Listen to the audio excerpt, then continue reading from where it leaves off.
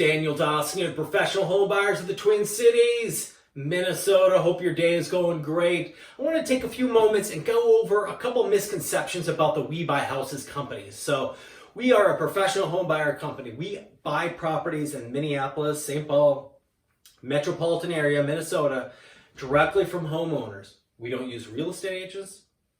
We don't charge a commission. We buy properties as is in its current condition. You don't need to do repairs.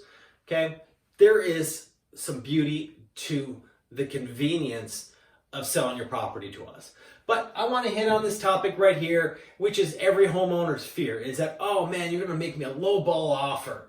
And the reality is, number one, not all offers make sense for your unique situation. Okay, you need to first decide on if you should sell your house to a We Buy Houses type company, professional home buyers, or if you want to go with a real estate agent. Okay, and I've done additional videos on this, and one of the easy ways to determine that is, number one is, have you updated your property in the last 10, 15, maybe at max 20 years? Okay, if you have, there is most likely a market out there on the MLS that people are okay with that outdated, but not extremely outdated house. Okay, you may be able to get more money through a real estate agent going down that path. But if you have a house that has not been updated, needs the kitchen, bathroom updated, has a lot of deferred maintenance, maybe the roof or the windows or electrical needs to be updated, okay, might be full of, termites, or it might be full of roaches and these nasty situations.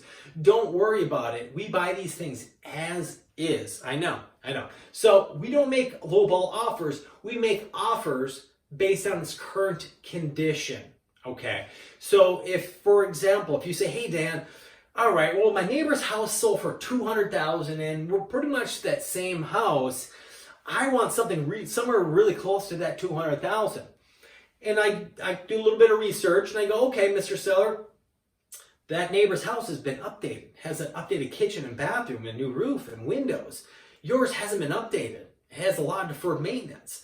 So either one of the options you can do is you can take that $50,000 to $75,000 it's going to take to renovate that property, right? And hire a contractor and oversee a contractor the next 4, 5, 6 months. Deal with inspections, deal with permits, deal with any plans that need to be done with the city.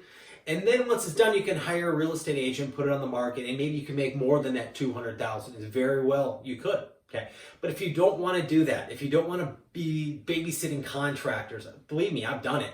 I always call it's always babysitting grown men. And even though I've always loved my crews, we're all human, and you're dealing with a very human interaction with people and contractors and crews that have stuff come up in their lives and get behind schedule and stuff like that. So it's a lot of babysitting. So otherwise, what you can do is go, okay, well, I understand it needs $75,000. Can you pay me $125,000? No, Mr. Seller, that still doesn't work, because if your house is only worth $200,000, I have to take into account holding costs, closing costs, commission. Usually, if the house is for $200,000, a lot of times, depending on your market cycle, you're not going to get accept a contract for $200,000. It might be $190,000, for example. So we have to take that into account, the rehab cost, as well as taxes, and also our profit built in there. Okay, since we are taking on the risk of rehabbing the property, okay, we are in the business to make money. We're still trying to give you a fair offer based off its current condition. So it might be something like, okay, well, we agree at $100,000 or $90,000, whatever that number happens to be. These are just numbers being thrown out there for example. Okay, so where our offers are always based off of its current condition today, needing the repairs and rehab, not what it could be down the road. Okay, so keep that in mind. And then number two is, Dan, are you just going to get it under contract and then you guys are going to renegotiate the price after you bring your inspector through there? And the question is, I know a lot of local companies, they use that as their strategy. That is very unethical. We have ethics as part of our core values of our company here. Okay, so at the same time have we ever had to renegotiate? We have had to renegotiate. Okay. When we go to a property and we make assumptions after speaking with you over the phone, you're like, yeah, the kitchen needs to be updated, the bathroom, and probably the flooring and the windows, and that should be probably pretty much it.